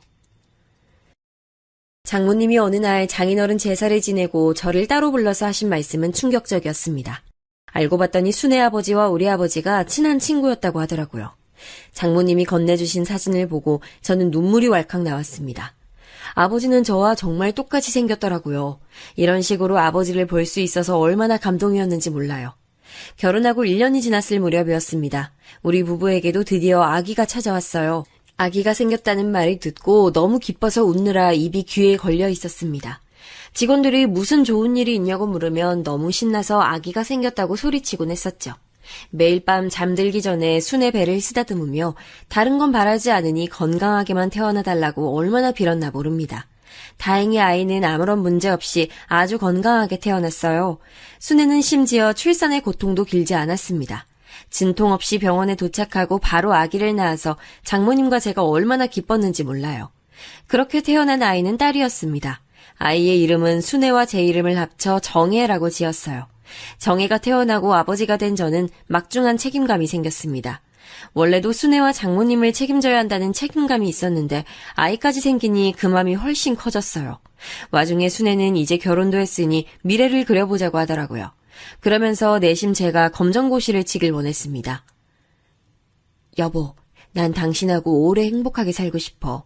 당신 학교 계속 다니고 싶어 했잖아. 검정고시 준비해보는 건 어때? 보육원 원장님 때문에 중학교도 졸업하지 못한 제가 안쓰러웠나 봐요. 그래서 공장에 나가지 않는 날에는 집에서 공부하며 검정고시를 쳤습니다. 이 과정에서 순애에게 딸의 육아를 거의 전담시켜서 정말 미안했어요. 그럴 때마다 순애는 인생은 멀리 봐야 한다며 저를 다독였습니다. 그리고 마침내 저는 중고등학교 검정고시를 통과해서 졸업장이 생겼어요. 물론 그게 대학 졸업장도 아니고 엄청나지 않다고 생각하실 수도 있습니다. 하지만 그 당시 저에겐 남들 다 있는 졸업장이 그렇게 부럽더라고요. 이렇게 순애는 제 인생에서 너무 많은 도움을 줬습니다. 장모님도 말할 것도 없어요. 항상 제가 좋아하는 음식을 해주시고 그렇게 집안일을 하지 말라고 해도 나서서 하셨죠. 아이가 크면서 저도 확실히 가족들과 지내는 시간이 많아지길 원했습니다. 그래서 다니던 공장을 그만뒀어요. 대신 동네에 작게 슈퍼를 열었습니다. 골목 슈퍼였는데 집과 가까운 곳에 가게를 열고 장사를 시작했습니다. 다행히 이웃들과 원만한 관계를 유지하고 있어 매출이 아예 나쁘진 않았어요. 그렇다고 완전히 매출이 높았던 건 절대 아니었지만 저는 딸과 아내 그리고 장모님을 가까이서 볼 수 있다는 것이 만족스러웠죠. 옛날이고 또 시골이라 거의 다 서로 아는 사이였거든요. 그래서 같이 국민학교에 다녔던 친구들도 마주치고 오랜만에 보육원에서 살던 친구들도 마주치곤 했습니다. 물론 그 과정에서 종섭이의 행패도 있었어요. 물건이 이게 다야? 무슨 가게가 이렇게 형편이 없어? 너한텐 물건 안 판다. 나가라. 뭐? 손님을 이렇게 대해도 되는 거야? 뭔 장사를 이딴 식으로 해. 그러면서 가게 운영이 잘 될 것 같아? 너만 아니면 다른 손님들은 다 멀쩡해서 괜찮아. 나 진짜 경찰 부르기 전에 빨리 나가. 종섭이는 잊을만 하면 우리 가게에 와서 괜히 시비를 걸곤 했습니다. 그때는 이미 친구들도 슬슬 결혼하고 자리를 잡아갈 때였는데 혼자만 결혼도 못하고 있었거든요. 자기가 괴롭히던 친구와 자기가 오랜 시간 짝사랑한 상대가 결혼해서 아기를 낳았으니 얼마나 보기 싫었겠어요.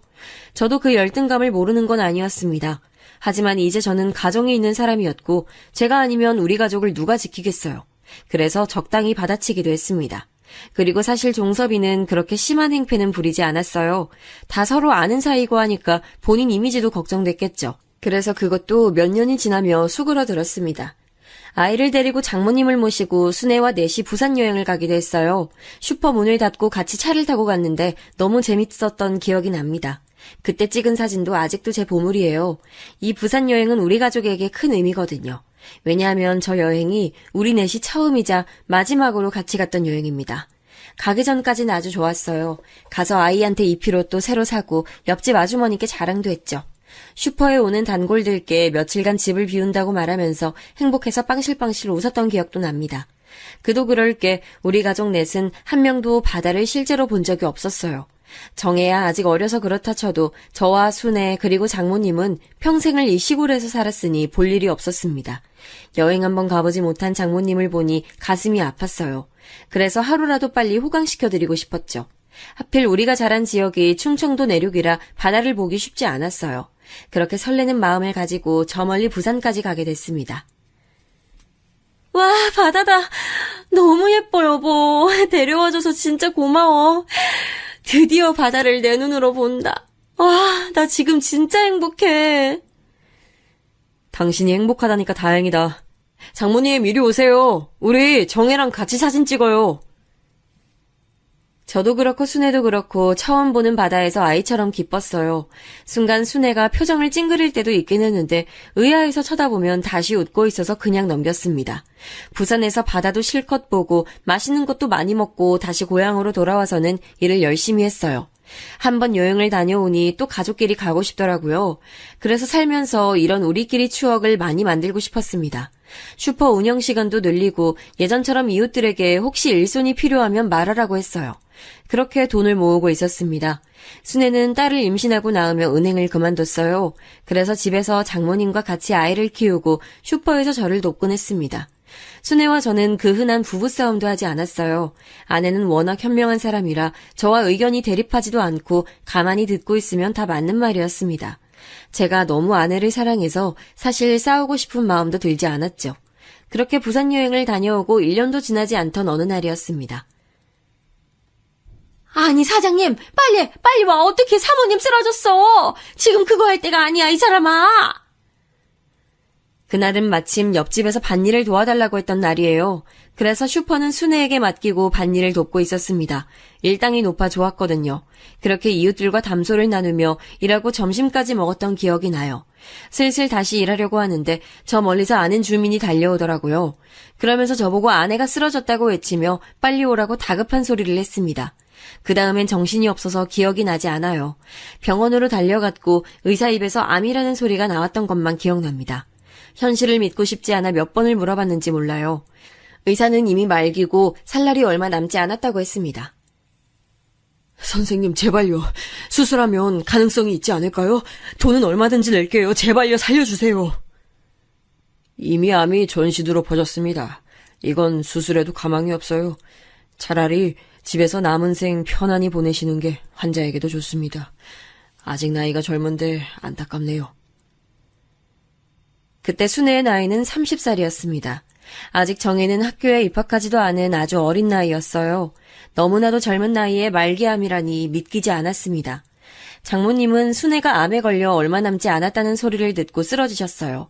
아무것도 모르는 어린 딸을 보며 이게 꿈이길 얼마나 바랐는지 모릅니다. 몇 번을 의사를 찾아가고 혼자 책을 보며 저라도 치료법을 찾으려고 했지만 당연히 소용이 없었어요. 의사 말대로 순애를 집으로 데려와서 남은 생을 같이 보냈습니다. 슈퍼 운영 시간을 줄이고 병간호에 최선을 다했어요. 이 소식을 들은 주민들이 위로를 보냈는데 귀에 들어오지 않았습니다. 그동안 종종 표정이 안 좋을 때가 있었는데 왜 그때는 몰랐을까 후회가 됐어요. 그렇게 순애는 집에서 암투병하다 하늘로 갔습니다. 아내가 죽었다는 사실을 받아들이기까지는 꽤 오랜 시간이 걸렸어요. 현실이 믿기지 않아 술로 도피하기도 했습니다. 믿고 싶지 않아서 스스로 순애가 살아있다고 생각했죠. 저만 그랬던 게 아니고 장모님도 그건 마찬가지였습니다. 장모님은 하나뿐인 딸이 먼저 하늘로 갔다는 것을 인정하지 않으셨어요. 오로지 딸 정혜만 하염없이 엄마를 찾을 뿐이었습니다. 와중에 종섭이가 슈퍼로 찾아왔던 적이 있어요. 미안하다. 순애가 그렇게 갈 줄 알았으면 내가 안 그러는 건데 정말 미안하다. 와서 미안하다고 사과하는 종섭이를 보며 저는 아무 말도 할 수 없었어요. 저 말에 대답한다고 죽은 아내가 돌아오는 것도 아니잖아요. 허망하게 종섭이가 사과하든 뭐라든 멍하니 있었습니다. 당연히 슈퍼 운영도 제대로 되지 않았어요. 유통기한이 지난 제품도 쌓여 있었고 창고 정리는 제대로 되지 않아 벌레들이 다니기 시작했습니다. 슈퍼는 항상 제품 재고 정리를 해야 하는데 쉽지 않았죠. 딸아이 얼굴이 유독 아내와 똑같이 생겨서 볼 때마다 눈물이 났습니다. 장모님은 정신을 차리지 못하고 한동안 바닥에 누워 계시기만 했죠. 저도 이러면 안 되지만 사는 이유를 모르겠더라고요. 순간 아내를 따라 나도 하늘로 갈까 생각도 했을 정도로요. 꿈에도 많이 나와서 보고 싶은 마음은 시간이 지날수록 커졌습니다. 아주 어릴 때부터 함께했던 제 인생의 동반자였어요. 그래서 동네에서 더 있기가 힘들어졌습니다. 힘을 내려고 노력해도 어딜 가도 저를 안쓰럽게 여겼어요. 바람을 쐬려고 나와도 다 아는 사람들이었습니다. 그리고 새벽에 몰래 나와도 순애와 어릴 때부터 드나들었던 곳들이라 추억이 너무 많아 견디기 힘들었어요. 나중엔 길거리에 나가는 것도 힘들어졌습니다. 그래서 저는 새 출발을 하자고 결심했어요. 그대로 고향에서 계속 슈퍼를 하며 살면 제가 버틸 수가 없겠더라고요. 사람들의 동정이 가득한 시선도 견디기 힘들었습니다. 또 제가 부모가 없는 고아였고 순애는 아버지가 없었잖아요. 그런데 우리 딸까지 엄마 없이 자란다는 게 고향에서는 더 시선이 좋지 않았습니다. 우리 잘못이 아닌데 지나친 관심이 부담스러웠어요. 그런 정들이 좋아 남아있었던 건데 안 좋은 일들을 겪고 나니 버티기 힘들었죠. 하지만 제가 없으면 장모님을 책임질 사람이 전혀 없었습니다. 사실 그러면 안 되는데 내적으로 갈등을 아주 많이 했습니다. 저를 그렇게 돌봐주신 장모님을 모른 척할 수는 없었어요. 하지만 현실적으로 제가 평생 장모님을 책임질 수 있을까 걱정도 됐습니다. 요양병원에 보낼까 생각을 했던 것도 사실입니다. 그런데 도저히 그럴 수가 없었어요. 그건 제가 도저히 못하겠더라고요. 하늘에 있는 아내에게도 떳떳하지 못할 것 같았습니다. 그렇게 저는 슈퍼를 처분하고 집을 팔아 여윳돈을 만들었습니다. 잘 살아, 응? 성공하면 꼭 들리고, 알지? 안 좋은 경험은 다 잊고 좋은 경험만 가져가, 이 사람아. 그동안 수고했어. 사장님 없으면 이제 동네 일손 부족해서 어떡해요. 그동안 고마웠어요. 나중에 여생 보내러 꼭 오세요. 슈퍼 단골 손님들께 소식을 알리자 다행히 많이 찾아주셨어요. 다들 너무 아쉬워하셔서 제가 미안하더라고요. 순간 울컥하는 마음이 있기도 했지만 마음을 단단히 먹고 아내와의 추억인 슈퍼를 정리했습니다. 우리 가족을 책임지려고 열었던 슈퍼였는데 제 손으로 이렇게 빨리 닫게 될 줄은 전혀 몰랐어요. 그래도 단골 형님께서 해주신 말대로 좋은 기억만 가져가려고 노력했습니다. 그렇게 저는 장모님과 딸을 데리고 무작정 서울로 가게 됐어요. 고아라서 아는 사람은 당연히 없었습니다. 장모님도 아는 사람이 없긴 마찬가지였어요. 서울에 와서는 진짜 고생이란 고생은 다 했습니다. 사는 게 쉽지 않았어요. 공장에 가려고 해도 장모님과 아직 너무 어린 딸을 집에 두고 어떻게 일을 하겠습니까? 급한 대로 모든 일을 했던 것 같아요. 모아두었던 돈이 바닥나기 시작하자 마음이 급해졌거든요. 일단 그때 딸을 유치원에 보내고 장모님을 집에 두고 남는 시간에 무작정 나가서 공사장에서 일했습니다. 새벽에 나가서 신문 배달도 하고 우유 배달도 했습니다. 그냥 돈이 된다면 가리지 않았어요. 정식으로 회사에 가서 사무실에서 일할 수는 없었습니다. 한평생 그래본 적이 없기도 했고 제가 능력도 없었으니까요. 공사장에 가서 일하며 남는 시간은 다 장모님과 딸을 위해 희생했어요. 제 인생을 다 버리며 최선을 다했습니다. 저를 위한 투자는 하나도 하지 않았어요. 오로지 돈을 벌면 장모님과 딸에게 좋은 옷을 사서 입혔죠. 저는 부모 없는 아이의 삶이 어떤지 너무 잘 알고 있었어요. 그래서 우리 딸은 그런 소리를 듣지 않게 얼마나 노력했는지 모릅니다. 엄마 없는 아이들은 티가 난다는 말을 제가 진짜 싫어합니다. 그래서 밤새 열심히 연습해서 딸의 머리도 예쁘게 묶어줬어요. 바쁜 시간을 쪼개서 딸과 대화도 많이 나눴습니다. 그리고 장모님에게도 최선을 다했죠. 다행히 딸은 저의 그런 노력을 아는지 엇나감 없이 잘 자라줬습니다. 어려운 환경에도 아주 명랑하고 공부까지 잘했어요. 쾌활하고 교우 관계도 아주 좋았습니다. 그런 정혜를 보면 저는 자꾸 아내가 생각났어요. 어느 날은 정혜 학교에서 저를 부르더라고요. 갔더니 정혜가 한 남자아이와 싸웠다고 했습니다. 엄마 없는 게 죄가 아니잖아요. 그런데 제가 꼭 참기만 해야 하나요? 저는 제가 잘못했다고 생각하지 않아요. 아빠가 엄마가 없어도 늘 당당하게 행동하라고 했어요. 들어보니 정혜가 엄마가 없다고 놀린 모양이더라고요. 제가 도착했는데 침착하게 말하는 정혜를 보며 저는 아내가 겹쳐 보였습니다. 어릴 때 저를 두둔하던 순애가 앞에 있는 것 같았어요. 이렇게 딸은 전혀 걱정이 없었습니다.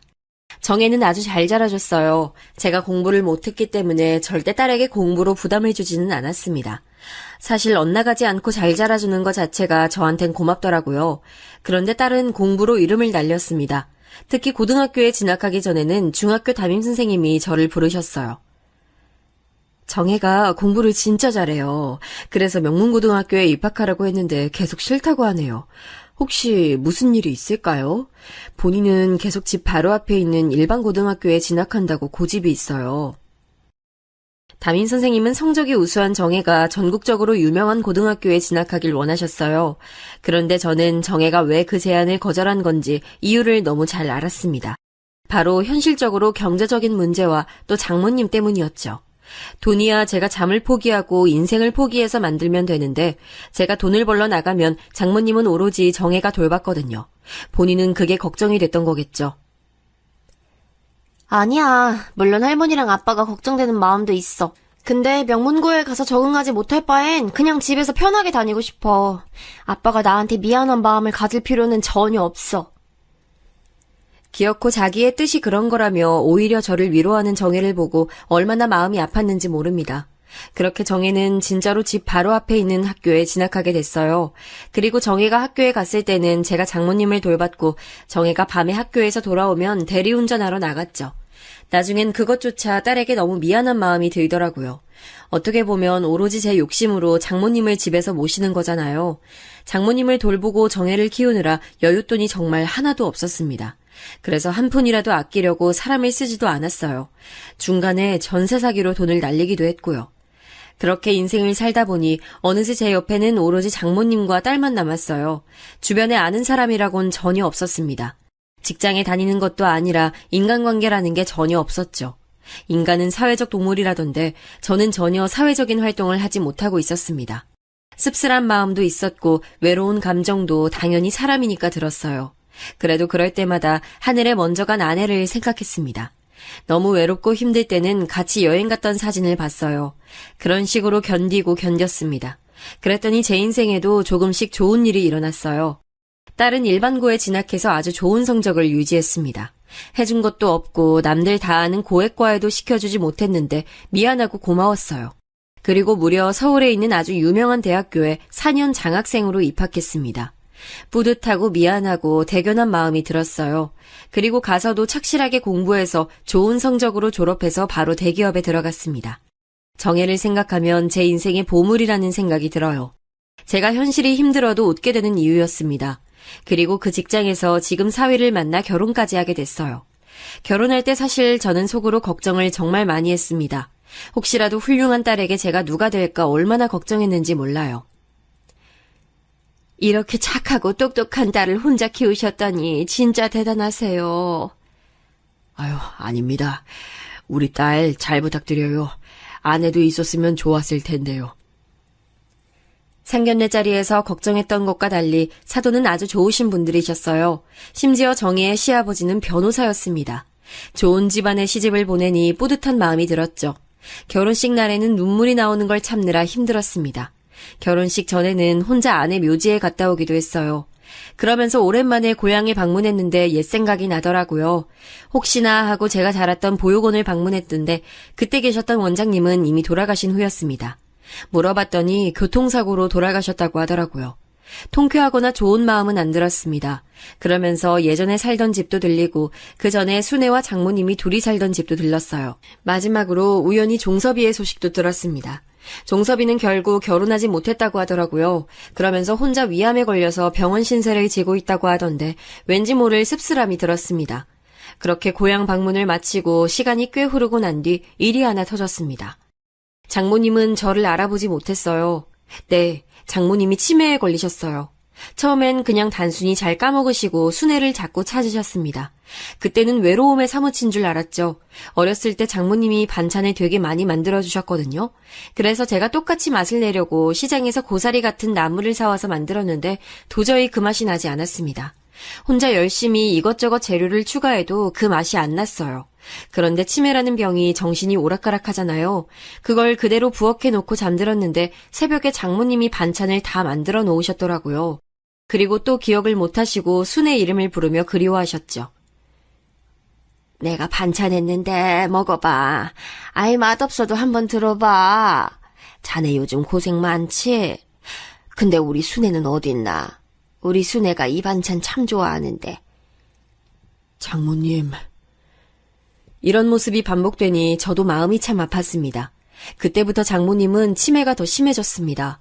정혜가 결혼하고 나고는 장모님을 돌보는 일은 오로지 제 몫이었어요. 아빠, 요즘은 정부에서 지원도 많이 해주고 사설업체도 많아. 내가 돈 보냈으니까 혼자 고생하지 말고 사람 써. 아빠도 이제 예전 같은 몸 아니잖아. 정혜는 실제로 결혼하고 제게 다달이 돈을 보내줬습니다. 그런데 저는 그 돈을 절대 쓰지 않고 그대로 모아뒀어요. 장모님을 남의 손에 맡기기도 싫었습니다. 헛소리하고 저를 알아보지 못해도 끝까지 책임지고 싶었어요. 그러면서 버티고 버텼습니다. 그러다 제 나이 70이 되고 장모님을 혼자 힘들게 40년을 모신 어느 날 장모님은 아내의 곁으로 가게 됐어요. 그날 아침은 이상하게 장모님이 멀쩡해 보여 놀랐던 기억이 납니다. 평소엔 기력이 없으셔서 누워 계셨는데 그날은 앉아 계셨어요. 그리고 저를 보고 눈을 떼지 않으셨어요. 많이 늙으셔서 제대로 거동이 불편하셨는데 기적이었죠. 장모님 왜요? 뭐 하시고 싶은 말 있으신가? 그래도 이렇게 앉으니까 얼마나 좋아요. 제가 그 말을 하자 장모님은 고개를 끄덕이셨어요. 그리고 입모양으로 말씀하셨는데 고맙다는 말이었어요. 40년을 돌봤으니 입모양만 봐도 무슨 말인지 바로 알았죠. 그리고 뭐라 더 말씀하셨는데 땅이라는 단어였어요. 그때는 그게 무슨 의미인지 전혀 몰랐습니다. 고맙긴, 나 키운 것도 장모님인데요. 그래도 말 들으니까 좋네요. 그리고 장모님은 그날 밤 조용히 순애 곁으로 가셨어요. 병원에서 이 정도로 오래 사신 것은 기적이라고 하더라고요. 저한테 아주 잘 돌봤다고 칭찬해 주었습니다. 장모님 돌아가시고 정혜와 많은 얘기를 나눴어요. 아빠는 어떤 마음이야? 후련해? 아니면 슬퍼? 모르겠어. 그냥 후회는 없어. 어렸던 나를 살린 장모님과 아내에게 최선을 다하고 싶었던 마음뿐이지. 그리고 놀라운 일이 벌어졌습니다. 정혜와 같이 장모님 사망 서류를 작성하고 많은 서류를 정리하는데 뜻밖의 일이 일어났어요. 바로 장모님 명의로 된 땅이 있다는 소식이었습니다. 딸과 저는 직원에게 우리 아니라고 했는데 직원은 끝까지 맞다 했어요. 그래서 확인해봤더니 알고 보니 제가 장모님을 모시고 아내와 딸과 같이 슈퍼를 했을 때 있잖아요. 그때 장모님은 제가 주는 돈을 하나도 쓰지 않고 모으셨더라고요. 그리고 땅을 사놨던 거예요. 그런데 그러고 나서 바로 아내가 암에 걸려 하늘로 가서 우리에게 알릴 시기를 놓치셨죠. 그 뒤로는 계속 정신이 아프시고 치매에 걸리셨으니 당연히 말할 수가 없었고요. 그 시기를 지나며 땅값은 예전과 비교도 할 수 없을 만큼 올랐습니다. 그래서 제 나이 70에 드디어 통장에 셀 수 없는 돈이 꽂혔어요. 딸은 40년 동안 장모님을 인생을 포기하며 모신 대가라고 생각하라고 하더라고요. 하지만 저는 제 나이도 있고 살 날이 뭐 얼마나 있겠습니까? 그래서 제가 앞으로 살며 필요한 최소한의 돈을 두고 다 보육원에 기부했습니다. 제가 나온 보육원을 포함해 여러 곳에 분산시켜 기부했어요. 어렸던 저에게 도움을 줬던 장모님 덕분에 제가 이렇게 기부할 수 있으니 저도 그런 존재가 되고 싶었습니다. 일부러 익명으로 돈을 기부했는데 마음이 아주 뿌듯해요. 이 결정엔 전혀 후회가 없습니다. 제 사연은 여기까지입니다. 사연을 쓰며 제 인생을 돌아봤는데 참 파란만장했네요. 여러분도 제 사연을 들으며 조금이라도 힘을 내셨으면 좋겠어요. 들어주셔서 감사합니다.